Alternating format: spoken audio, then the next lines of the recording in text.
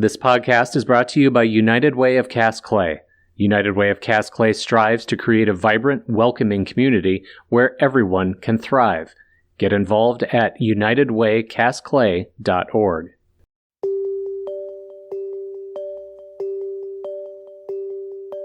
This is The Vault, a Forum Communications podcast covering true crime and general intrigue in the upper Midwest. On this episode, we're diving into the story of a 14-year-old bootlegger who ended up inspiring a big change in North Dakota law. For Tracy Briggs' original coverage on this story, head over to inforum.com. Just look for the Vault section. Here's Tracy. In the 1920s, Engolf Snortland, a small-town North Dakota boy, started running with a bad crowd. He ended up murdered years later. His death was the catalyst for implementing something called the Slayer Law. As the townspeople of Tolna, North Dakota, prepared to celebrate America's bicentennial in 1976, they marked the occasion by publishing their own town's history. Now, having only been around for about 70 years, Tolna, which is about 45 minutes southeast of Devil's Lake, North Dakota, was still in its infancy compared to the East Coast's colonial-era cities. Nonetheless, the 247 people living in Tolna were proud of the community they had built. On the first page of the bicentennial book, which contained biographies of local families and stories of the earliest businesses in town, the authors noted that Tolna was built by stable and ambitious people coming from Scandinavia, Germany, England, Ireland, and France. But they also noted it wasn't always smooth sailing for those early pioneers of the late 1800s and early 1900s. This is what they wrote about what they thought was a pretty diverse population. Quote, "With such a mixture of people, it can be understood that there were often disagreements, but happily nothing too serious." End quote. However, less than 3 months later, when the red, white, and blue bicentennial merchandise still cluttered clearance racks at the town's Five and Dime, something very serious happened in Tolna. Local farmer Engolf Snortland had been shot and killed on his land north of town. In the years to come, the fallout from this unusual case would reach the Supreme Court and inspire groundbreaking legislation out of Bismarck. And it all began with the adventures of a 14-year-old bootlegger. Engolf Snortland was born on January 6, 1908, to Norwegian homesteaders Simon and Malena Snortland.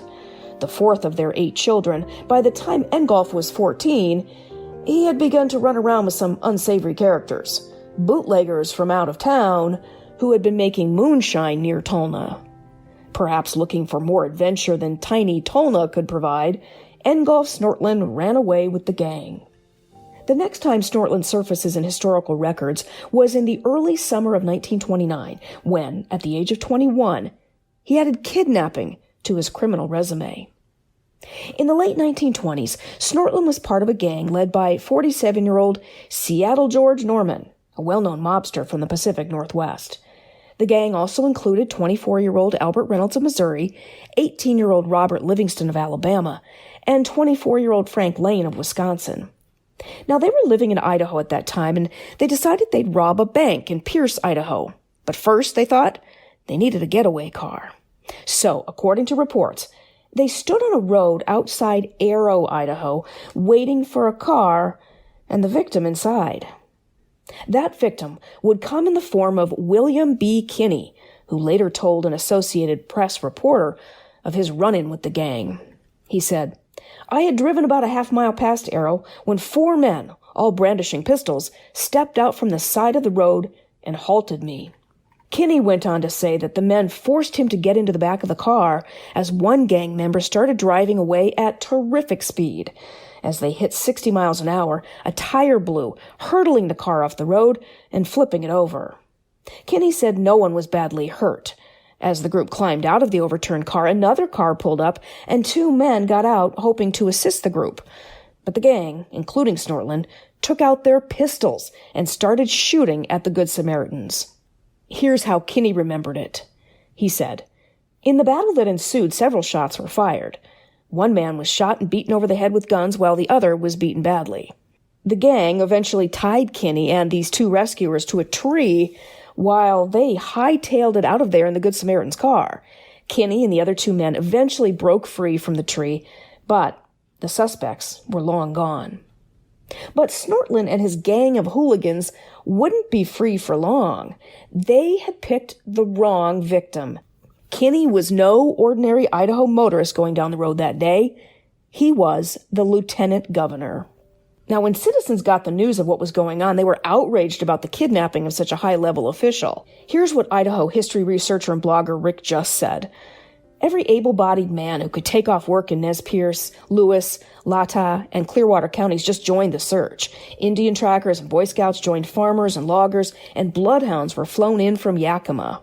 The kidnappers were described as being between 18 and 25 years old, armed, and desperate.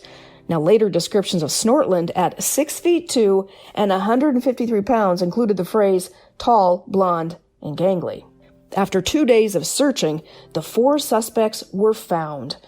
But they wouldn't go down without a fight, trying to confuse the authorities about their real identities. Here's what Just said.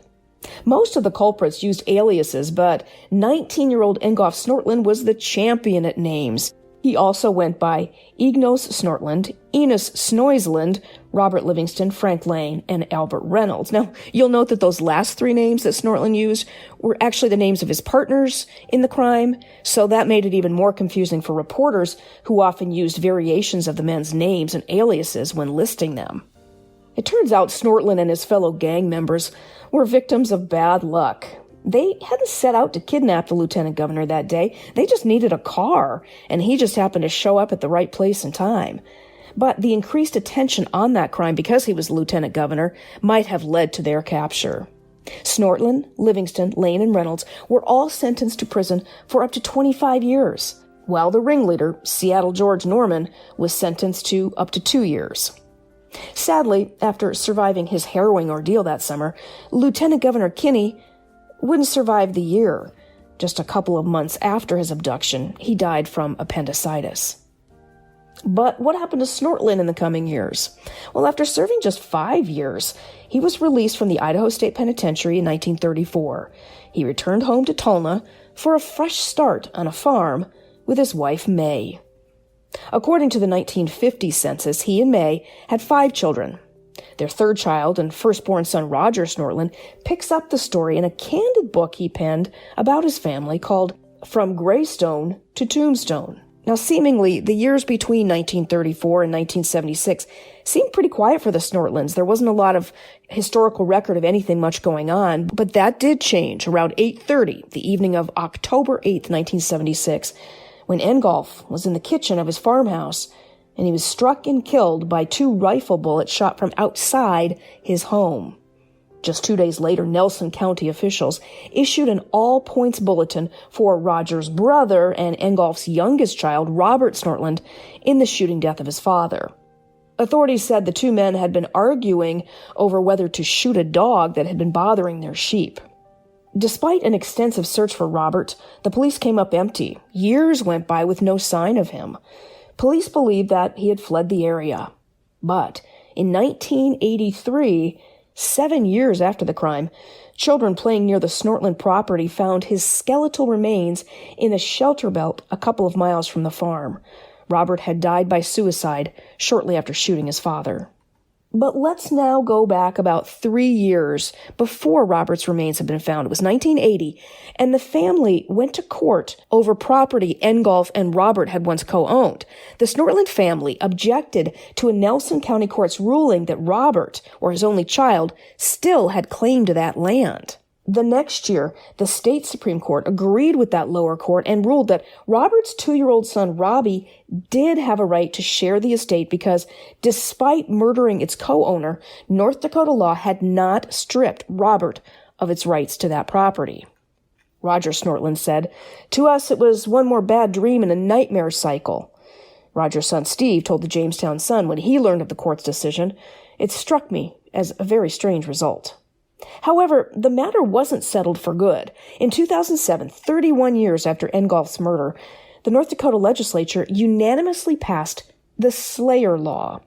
Now, its concept is the prevention of unjust enrichment that results when wrongdoers are allowed to profit from their actions. In other words, as soon as Robert, the son, intentionally and feloniously killed his father, Engolf, he lost all of his rights to any land they once shared. Therefore, upon his presumed death, his heirs, in this case Robbie, his son, could not inherit the land. So, what happened next? Well, Roger Snortland died in 2001, shortly after finishing the book about his family. Of course, that was 6 years before the Supreme Court had settled the inheritance issue. Robert's son, Robbie, had sold his ownership of that farm property after growing up and taking possession from the trust that had held his share. So the messy battle over the Snortland land had been settled because of the Slayer Law. Looking back, the life of Tulna's teenage bootlegger had ended in tragedy, but will forever be remembered in North Dakota law.